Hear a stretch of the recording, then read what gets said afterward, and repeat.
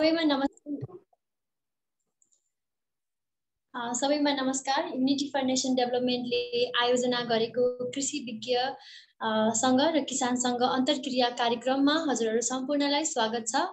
देशभरिबाट जोडिनु भएका युवा वर्ग, किसान वर्ग साथै यो क्यामेराको पछाडि जोडिएर यो कार्यक्रमलाई सहज गराइदिइरहनु भएको सहजकर्ता आजको फेसिलिटेटर सम्पूर्णलाई म यस कार्यक्रममा स्वागत गर्न चाहन्छु। पारिस्थितिक प्रणालीको संरक्षण साथै त्यसको पहिचान र शत्रुजीव व्यवस्थापनको पहिचान र त्यसको उचित व्यवस्थापनको कार्यक्रममा जोड दिँदै आजको हाम्रो यस कार्यक्रमका फेसिलिटेटरले आजको हाम्रो यस कार्यक्रमलाई फेसिलिटेट गरिदिनुहुनेछ। कार्यक्रममा पाइला टेक्नुभन्दा अगाडि युनिटी फर नेसन डेभलपमेन्ट युएनडी भनेको के हो, यसका उद्देश्य के हुन् र यसले प्रभाव पारेको क्षेत्र कुन कुन हो भन्ने कुरामा म थोरै प्रकाश पार्न चाहन्छु। युनिटी फर नेसन डेभलपमेन्ट अर्थात् युएनडी 2077 साल गत वर्ष यही लकडाउनदेखि नै unity for nation development Dang chapter सुरु भएको थियो। आफ्नो सुरुवात कालदेखि नै यसले आफ्नो कामहरू उक्त पंक्तिमा गर्दै आइरहेको छ। यसका उद्देश्यहरू सस्टेनेबल एग्रिकल्चर अप्रोचेसहरू, समाजमा रहेका र विश्वव्यापी रूपमा रहेका विभिन्न मुद्दाहरूलाई उल्लेख गर्ने साथै उत्पीडन शोषित वर्गहरूलाई जरैदेखि निहालेर समाधानतर्फ कार्यक्रमहरू सञ्चालन गर्ने यसका उद्देश्यहरू रहेका छन्। यसको प्रभाव चाहिँ हाम्रो समाजका व्यक्ति र उत्पीडित शोषित वर्गहरूलाई विशेष लक्षित गर्दै यसका कार्यक्रमहरू हुँदै आइरहेका छन्। अब युएनडी दाङ नेपालको बारेमा कति चर्चा गर्नु, आजको हाम्रो फेसिलिटेटरज्यूलाई पनि इन्ट्रोड्युस गरौँ। आजको हाम्रो फेसिलिटेटर चाहिँ mister Ram Kumar Shrestha, assistant professor at Lamjung IAAS campus, department of plant pathology. उहाँ चाहिँ कन्सल्टेन्ट एट एग्री नेपाल पोखरा मा पनि कार्यरत हुनुहुन्छ। सर, हजुरलाई स्वागत गर्न चाहे। धन्यवाद वन्दना, धन्यवाद। साथै अबको प्लेटफर्म चाहिँ म हाम्रो सरलाई हस्तान्तरण गर्दै बीचमा केही क्वेसन राइज हुन्छ भने च्याट बक्समा लेख्नु होला। हामी अन्त्यमा क्वेसनरी सेसनमा चाहिँ क्वेसन्सहरू डिस्कस गर्नेछौँ। Sir, platform is yours. Thank you UND for bringing all of you together. Without any delay, नेपालीमा भन्नुपर्ने थियो हैन? ठिकै छ, धन्यवाद तपाईहरु सबैलाई। म सरासर आफ्नो प्रेजेन्टेसन तिर जान्छु। मलाई प्रेजेन्ट गर्नको लागि होस्टिङ गर्ने अनुमति दिनु होला प्लिज।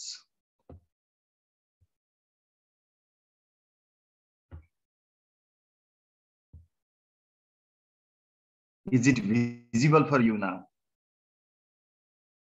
Yes sir. Okay, हामी आज केही मुख्य बालिका, कृषिका मुख्य बालिका केही मुख्य रोगहरूका बारेमा सामान्य चर्चा गर्न चाहदैछौँ। किन भन्दा हामीलाई जुन समय दिएको छ त्यसमा हामी इन डिटेल चर्चा गर्न सक्दैनौँ। सामान्य रूपमा चर्चा गर्न जाँदाखेरि सबभन्दा पहिला धान, गहुँ, मकै हाम्रो स्टेपल फुड्सहरू, धान, गहुँ, मकैमा लाग्ने रोगहरू। Can you see my screen now? Yes sir. देखिरहेको छ।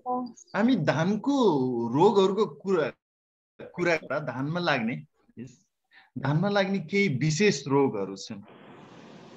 यो गत वर्ष चितवनमा लिएको 5 हेक्टर जग्गाको धानमा आगो लगाउँदै गरेको फोटो हो, तपाईले देख्न सक्नुहुन्छ। त्यो फलेको धानमा आगो लगाइयो।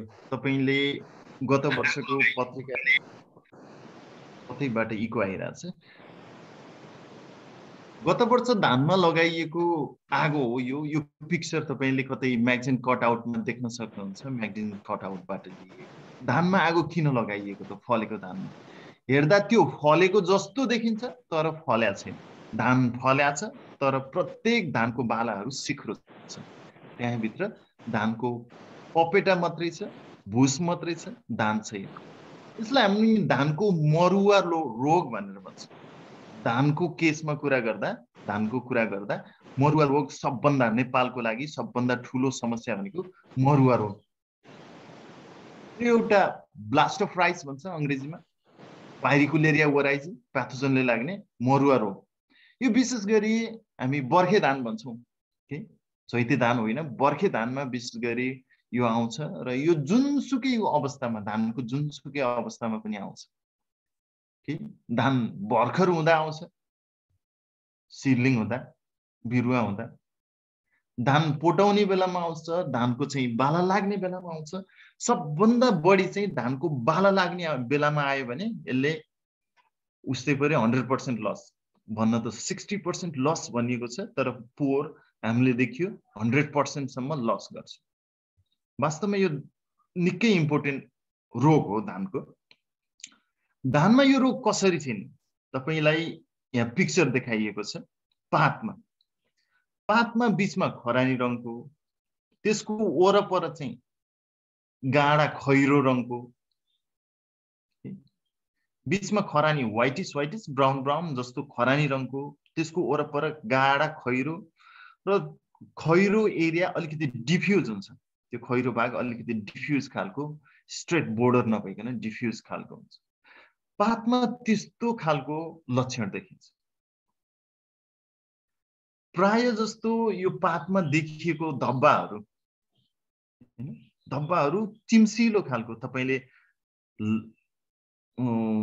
दाहिनेपट्टिको अन्तिमको पिक्चर फोटो हेर्नु होला, चिम्सिलो खालको, दुईतिर आँखाको चिम्म परेको हुन्छ नि, त्यस्तो चिम्सिलो खालको हुन्छ। तर त्यस्तो नहुन पनि सक्छ, हुन्छ भन्नु छैन, नहुन पनि सक्छ। यस्ता पातमा थोप्ला भएपछि पात डढेर जान्छ, प्लान्ट बिस्तारै डढेर जान्छ। यदि जब त्यसको टिलर निस्क्यो, टिलर भनेको सरा निस्क्यो, त्यसको चाहिँ बाला निस्क्यो, त्यस्तो बाला अथवा सरामा जहाँ गाँठो परेको छ, तपाईले यहाँ देख्न सक्नुहुन्छ, माथिल्लो फोटो हेर्नु होला, जहाँ बालामा गाँठा परेको छ त्यो गाँठामा कुहिन्छ। अनि गाँठा कुहिएपछि त्यहाँभन्दा माथि अब खानेकुरा सप्लाई हुँदैन, त्यहाँभन्दा माथिको भाग चाहिँ सुकेर जान्छ। त्यसैले बाला लाग्दा जति बेला धान पसाउँछ त्यति बेला यो रोग के मरुवा रोग लाग्यो भने सबै फल्ने बालाहरू शीघ्र हुन्छन्। र गत वर्ष देखिएको समस्या पनि यही, बाला लाग्ने बेलामा यो धेरै देखियो। बाला लाग्ने बेलामा, यो पोटाउने बेलामा, धानको चाहिँ नयाँ सरा निस्किने बेलामा र धान मसिनो बिरुवा हुँदा यो रोग धेरै लाग्ने गर्छ। हुन त जति पनि समयमा लाग्छ यो रोग त्यति बेला धेरै लाग्छ। यो रोग कहाँबाट आउँछ भन्दा तपाईले धानमा लागेको देख्नुभयो, धानबाट बिउबाट आउँछ। हुन त अहिलेको समयमा बिउ किनेर राखिन्छ, उपचार गरिएको बिउ राखिन्छ, त्यसबाट आउने सम्भावना कम हुन्छ। धानको बिउबाटै आउँछ अथवा धान लगायत अन्य बिरुवाहरू हुन्छन् नि, जुन धान खेतमा पाइने बिरुवा, ती बिरुवाहरूले यसलाई आवास दिन्छन्, होस्टिङ गर्छन्। जति बेला धान छैन होस्टिङ गर्छन् के धान लगाउनु भन्दा पहिला अहिले बारीमा जुन घाँसहरू छ, घाँसको पातमा यस्तो मसिनो यस्तो थोप्ली भएर बस्या हुन्छ। जब धान लगाइन्छ, धानमा यो रोग आइपुग्छ र भनिएको तरिकाको क्षति गर्छ। यसले बाला शीघ्र हुने, बालाको आधा भाग मरेर जाने, बाला पसाउन नसक्ने, कतिपय अवस्थामा डाँठै सुकेर जाने, त्यसलाई नोड ब्लास्ट भन्छ। जुन गाँठा हुन्छ तिनीहरू सुकेर जान्छ, त्यस्तो खालको समस्या देखिन्छ। यो धानको सबभन्दा ठुलो समस्या हो। अब यसलाई नियन्त्रणको लागि के गर्ने भन्दा, बिउ यदि गाउँघरमा बिउ राख्ने हो भने उपचार गरिएर राख्नु पर्यो। पोहोरको बिउ राख्दा बिउबाटै आउन सक्छ कि त्यसको खेतबारीको वरपर जुन झारपातहरूलाई घाँस काट्ने, सरसफाई गर्ने कुरामा ध्यान दिनु पर्यो के त्यस्तो कुरामा ध्यान दिनु पर्यो। अब नेपालको लागि हेर्ने हो भने नेपालमा कम लाग्ने जातहरू धानका केही जातहरू छ। जस्तो मध्य पहाडी इलाकाको लागि मध्य पहाडलाई हुने गरी धानका केही जात उन्मोचित भएका छन्। जस्तो कञ्चन, खुमल 2, खुमल 4, खुमल 5, पालुङ 2, माछापुच्छ्रे 3 यी जातहरू धानका यी जातहरू यो मरुवा रोगसँग प्रतिरोधी छन्। त्यस्तै तराई भित्री मधेसमा लाउनु पर्यो भने तपाईले जानकी, चैते 2, IR 8, रामपुर मन्सुली, राधा 4, हर्दीनाथ 1, राधा 7 जस्ता धानका जातहरू छान्नु पर्यो। यो सँगसँगै धानबारीमा के हुन्छ भन्दा जति बेला नाइट्रोजन भन्ने खाद्य तत्त्व आवश्यकता भन्दा बढी हुन्छ त्यति बेला यो रोगको प्रकोप बढी देखिन थाल्छ। धानबारीमा नाइट्रोजन, त्यही भएर जुन धानबारीमा यो रोगको प्रकोप देखिन्छ त्यति बेला नाइट्रोजन टप ड्रेस गर्नु बाँकी छ, पछि हाल्नु छ भने नाइट्रोजन घटाउनु पर्छ। र यो रोग नियन्त्रणको लागि सबसे पहिला नियन्त्रणको लागि जस्तो गत वर्ष आएको थियो नेक ब्लास्ट भन्छ, जुन बाला लागेपछि बालामा हुने ब्लास्ट मरुवालाई। अब बाला लाग्ने बेलामा बालालाई सुरक्षित गर्नलाई तपाईले ट्राइसाइक्लाजोल भन्ने विषादी पाउँछ। ट्राइसाइक्लाजोल 2 ग्राम प्रति किलोको दरले तपाईले छर्न सक्नुहुन्छ। त्यस्तै अर्को छ हिनोसान। हिनोसान अति उपयुक्त विषादी छ यदि छर्नुपर्छ भने। हिनोसानको भित्र के हुन्छ इडिफेनोफस भन्ने केमिकल हुन्छ। त्यो हिनोसान तपाईले बाला निस्किने बेलामा 1.5 मिलिलिटर 1 लिटर पानीमा 1.5 मिलिलिटरका दरले चाहिँ मिसाएर छर्दिनु भयो भने बाला सुरक्षित रहन्छ। त्यो बाहेक पनि तपाईले बारीमा के समय समयमा हेर्दै गर्ने यो रोगको चाहिँ वृद्धि भइरहेछ भने तपाईले हिनोसान अथवा ट्राइसाइक्लाजोल अथवा कासुबी भन्छ जसमा कासुगामाइसिन एन्टिबायोटिक्स हुन्छ। कासुबी भन्ने केमिकल 2 ml पर लिटरका दरले छर्न सक्नुहुन्छ। यो थियो मरुवा रोग भन्छ, धानको मरुवा भन्छ। ओके, त्यस्तै धानको अर्को दोस्रो इम्पोर्टेन्ट, हुन त केही वर्ष अगाडिसम्म यो रोग त्यति महत्त्वपूर्ण थिएन, अहिले धेरै महत्त्वपूर्ण रोगको रूपमा विशेष गरी तराई बर्खे धानमा तराईमा आउने समस्या जसलाई हामी पातेफेद डडुवा भन्छौँ। पातेफेद भनेको त्यसको पात त त्यसको स्टिममा गएर लपेटिएको हुन्छ नि, तपाईलाई थाहा छ। त्यसको डाँठमा गएर लपेटिएको हुन्छ। त्यो लपेटिएको भाग पातको फेद, त्यसमा चाहिँ लाम्चिलो खालको खैरो लाम्चिलो खालको अण्डाकार खालको धब्बाहरू देखिन्छ। त्यो धब्बा बिस्तारै बढ्न थाल्छ। तपाईले देख्नु भएको छ, यहाँ फोटोमा देख्नु भएको छ। डाँठ त्यो वास्तविक डाँठ होइन, डाँठ त भित्र छ। त्यो पातको चाहिँ डाँठलाई कभर गर्ने लिप्सिट भन्छौँ हामी इङ्ग्लिसमा। डाँठलाई कभर गर्ने त्यो भाग हो। त्यसमा लाम्चिलो खालको अण्डाकार, प्राय सुरुमा निस्किँदा अण्डाकार खैरो खालको धब्बा हुन्छ। त्यो धब्बा बिस्तारै बढ्छ, बढेपछि त्यसको छेउ चाहिँ इरेगुलर हुन्छ भन्छ।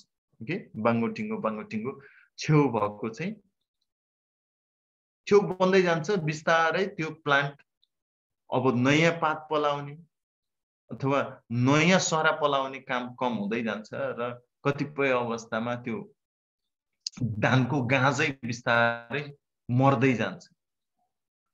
अब यो रोग धेरै फैलियो भने यसले पातमा पनि त्यस्तै खालको, तपाईले दोस्रो फोटोमा देख्नुहुन्छ, पातमा पनि त्यस्तै खालको धब्बाहरू बनाउँछ। त्यो धब्बाको किनारा चाहिँ सिधा हुँदैन, किनारा बाङ्गोटिङ्गो खालको किनारा हुन्छ। यसलाई हामी शीत ब्लाइट अथवा पाते फेद डौडुवा भनेर भन्छौँ। यो राइजोक्टिनिया सोलेनी भन्ने एउटा फंगसलाई के भन्छ, ढुसीले कज गर्छ। यो ढुसीले कज गर्छ। यो ढुसी भनिएको ढुसी जहिले पनि सोइलमा बस्न सक्छ। गत वर्ष काटिएको धानको चाहिँ जुन बुचको बाँकी रहन्छ त्यहाँ बस्न सक्छ, माटोमा बसिरहन सक्छ। जब धान लगाउने सिजन भए यो ढुसीको प्रकोप बढ्न सक्छ। यो विशेष गरी अहिले तराई रिजनको, विशेष गरी तराई रिजनको र बर्खे सिजनको धानको चाहिँ प्रमुख शत्रु हो। यो लो ल्यान्ड राइस भन्छौँ हामी, खेतबारीमा के घैयामा होइन, खेतबारीको चाहिँ धानमा चाहिँ यो लाग्ने गर्छ। यो रोग नियन्त्रणको लागि नियन्त्रण गर्नु पर्या छ भने त्यसमा हामीले बाली बिरुवालाई दिने जुन खाद्य तत्व छ सन्तुलित रूपमा खाद्य तत्व दिनुपर्छ, जसमा फोस्फोरस पोटास खाद्य तत्वको महत्व छ। तपाईलाई थाहा छ फोस्फोरस पोटास खाद्य तत्व भनेको जहिले पनि रोग प्रतिरोधी क्षमतासँग सम्बन्धित छ। त्यसपछि तपाईले यो रोग देखिन थाल्यो भने कति बेला भन्दा जति बेला गाँज पलाउँछन्, नयाँ सराहरू पलाउँछ, त्यति बेला यो रोग बढी देखिने हुनाले त्यति बेला भ्यालिडासिन भन्ने, जसमा भ्यालिडासिन भन्ने बजारमा नाम चाहिँ भ्यालिडासिन, त्यो भित्र भ्यालिडामाइसिन भन्ने केमिकल हुन्छ, त्यो पाउँछ। तपाईले 2 मिलिलिटर प्रति लिटर पानीका दरले त्यसलाई मिसाएर गाँज आउने बेलामा छर्दिनु भयो भने यो रोगबाट तपाई नियन्त्रण गर्न सक्नुहुन्छ यो रोगलाई। तर यो रोगको जुन भ्यालिडामाइसिन छर्ने बेलामा तपाईले त्यो धानबारीमा पानी सुकाउनु भयो भने, 1 दिनको 2 दिनको लागि पानी सुकाउनु भयो भने त्यसको पानी सुकाइसकेपछि त्यसको औषधिको इफेक्टिभनेस भन्नाले औषधिको चाहिँ लाग्ने मात्रा राम्रो हुन्छ। के अर्को महत्त्वपूर्ण रोग छ धानको, जसलाई हामी खैरो थोप्ले भन्छौँ। इंग्लिशमा ब्राउन स्पट अफ राइस भनेर भन्छौँ। यो पनि धानको निकै महत्त्वपूर्ण रोग हो। कस्तो धानमा बढी महत्त्व बढी देखिन्छ भन्दा जहाँ पानी मलको चाहिँ यथेष्ट पानी मलको व्यवस्थापन छैन, टारी खेत भन्छ हैन, गोल खेत नभइकन टारी खेत, पानी पुग्दैन भनेको बेलामा मल लाग्दैन, त्यस्तो अवस्थामा खैरो थोप्ले रोगको प्रकोप बढी देखिन्छ। खैरो थोप्ले रोगमा के देखिन्छ भन्दा पातहरुमा, विशेष गरी पातहरुमा कालो कालो हैन, कालो कालो पिन हेड भन्छौं हैन, सानो पिनको टुप्पो जस्तो कलमले लगाएको थोप्लो थोप्लो जस्तो कालो कलरको थोप्ला देखिन्छ। त्यो थोप्ला बिस्तारै बढ्दै जान्छ र तिल आकारको, तिल भन्छ नि के पिसी खाने तिल आकारको थोप्ला बन्छ। त्यो थोप्लाले पात पहेँल्याउँछ, पातको बढ्ने क्षमता कम हुन्छ, पहेँलो हुन्छ र त्यो थोप्लाको वरपर तपाईले हेर्नुभयो भने यो बाला जहाँबाट निस्किया छ त्यसको माथि पातमा फ्ल्याग लिफ भन्छौं, फ्ल्याग लिफमा भएको पात थोप्लाहरू हेर्नुभयो भने त्यसको वरपर पहेँलो कलरको, पहेँलो रङको चाहिँ भाग बस्छ, येल्लो हेलो भनेर भन्छौं, पहेँलो धब्बा बस्छ। जहाँ यो ब्राउन कलरको स्पट बनेको छ त्यहाँ वरपर पहेँलो धब्बा बस्छ, जसले गर्दा पातहरू बिस्तारै डढ्दै जाने, धेरै थोप्ला भइसकेपछि पातहरू डढ्ने, डढेको पात भएपछि खाना सञ्चय कम भएको हुनाले बिरुवाको बढ्ने क्षमता कम हुने, बिरुवाको बढ्ने क्षमता मात्रै कम हुने होइन, त्यसले बाला पनि छोटो हाल्ने हैन, छोटो बाला हाल्ने, थोरै दाना फल्ने र फलेको दानामा पनि तपाईले यहाँ फोटोमा देख्न सक्नुहुन्छ जुन धानको दानाहरू फल्छ त्यसमा पनि खैरो थोप्लाहरू बनाउने, त्यो थोप्लाबाट अर्को वर्ष त्यही बिउ छरियो भने त्यहाँबाट आउने। त्यसरी खैरो थोप्लेले धान खेतमा हामीलाई हाम्रो धान उत्पादन चाहिँ कम गर्दै आएको छ। हामी समष्टिगत भन्दा नेपालमा खैरो थोप्लेले मात्रै वर्षको 16% धान उत्पादन कम गर्छ भनेर भन्छौँ। खैरो थोप्लेले कहाँ भन्दा जहाँ पानी कम पुगेको छ, जहाँ हामीले उपयुक्त तरिकाले खाद्य तत्त्व दिन सकेका छैन, त्यस्तो ठाउँमा खैरो थोप्ले रोगको प्रकोप बढेको देखिन्छ। के खैरो थोप्ले रोगको लागि यही जात उत्कृष्ट भन्ने छैन, केही जातहरू छन्। सावित्री, मन्सुली, त्यो जातमा कम हुन्छ तर उपयुक्त होइन, त्यो जात पूर्ण प्रतिरोधी छैन। अब खैरो थोप्लेलाई के गर्ने त त्यसो पनि भन्दा खैरो थोप्ले नियन्त्रणको लागि तपाईले प्रोपिनेब भन्ने विषादी पाउँछ। प्रोपिनेब विषादी 70% प्रोपिनेब भनेर आउँछ, जसमा प्रोपिनेब ल्याएर 3 ग्राम प्रति लिटर पानीले तपाईले छर्न सक्नुहुन्छ। त्यो भन्दा पहिला तपाईले गत वर्षको बिउ आफैले राख्नु भएको छ भने त्यो बिउलाई उपचार गर्नुपर्छ। बिउ बेबिस्टिन भन्ने भन्ने नामको विषादी भित्र कार्बनडाजिम भन्ने केमिकल हुन्छ। सन्चो भित्र प्यारासिटामोल भए जस्तै, निको सन्चो के भित्र प्यारासिटामोल भए जस्तै बेबिस्टिन भित्र के हुन्छ भन्दा कार्बनडाजिम भन्ने विषादी हुन्छ। त्यो बेबिस्टिन 3 ग्राम प्रति किलो को दरले बिउलाई उपचार गर्नुस्, बिउबाट आउने चिजलाई नियन्त्रण गर्नुस्। यदि यस्तो गत वर्ष देखिया छ भने त्यो ठाउँमा तपाईले उपयुक्त तरिकाले मलजल गर्नुस्। के मलजल सिफारिस गरिए अनुसार मलजल दिनुस्। मलजल दिइसकेपछि पनि यस्तो देखियो भने तपाईले त्यति बेला प्रोपिनेब 70% 3 ग्राम प्रति लिटर पानीमा मिसाएर छर्न सक्नुहुन्छ।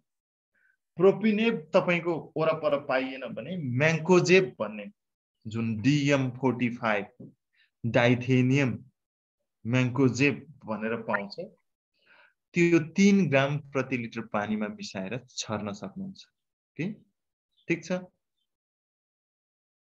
अब हामी कुरा गर्दैछौँ धानको कालो पोके।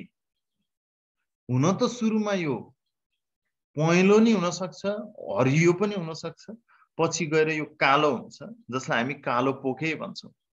यो अरु धानको कुनै भागमा पनि देखिँदैन। जब बाला निस्किन्छ, बाला निस्केपछि यसको बालामा जुन धानको जुन एउटा धान हुन्छ, त्यो प्रत्येक धानलाई हैन यसले छुट्टा छुट्टै प्रत्येक धानलाई इन्फेक्ट गर्छ। त्यहाँ धानमा त्यो ढुसी उस्टिल्यागो भन्ने ढुसी चाहिँ बढिसकेपछि त्यो धानको जुन नर्मल आकार हुन्छ त्यो भन्दा ठुलो आकारको ढुसीको थुप्रो बन्छ, जुन सुरुमा हरियो अथवा पहेँलो, पछि धान काट्ने पाक्ने बेलामा कालो कलरको हुन्छ, कालो रङको हुन्छ। त्यसैले यसलाई कालो पोके भनेर भनेको गरिन्छ। कालो पोके रोग कहाँबाट आउँछ भन्दा कालो पोके रोग हावाबाट पनि सर्छ, कालो पोके रोग बिउबाट पनि सर्छ। अब कालो पोकेको कुरा गर्दा केही वर्ष अगाडि 10 वर्ष अगाडि 12 वर्ष अगाडिको कुरा गर्ने हो भने जसले पनि धान कि उन्नत जातको नेपालको उन्मोचित धान लगाउँथ्यो कि घरकै धान के घरमै भएको धानलाई अलिकति छानेर बिउ राख्थ्यो। अहिले पछिल्लो समयमा हामीले धानको बिउ भारतबाट आयात गर्छौं र विकसित धान लगाउँछौं, केही हैन विकासे धानहरू लगाउँछौं। विकासे धान फल्न त बढी फल्छ, तर हामीले देखेको कुनै अनुसन्धानको रिपोर्ट होइन, हामीले देखेको आधारमा भन्दा अहिले यो जुन विकासे धान छ, पहिलाका जुन रैथाने धान भन्दा विकासे धानहरूमा यो रोग बढी देख्ने गरिन्छ। तपाईले जहाँ पनि अन्दाज गर्नु होला, यो रोगको मात्रा बढ्दै गएको छ। हामीले सानो हुँदा हामी जति बेला बच्चा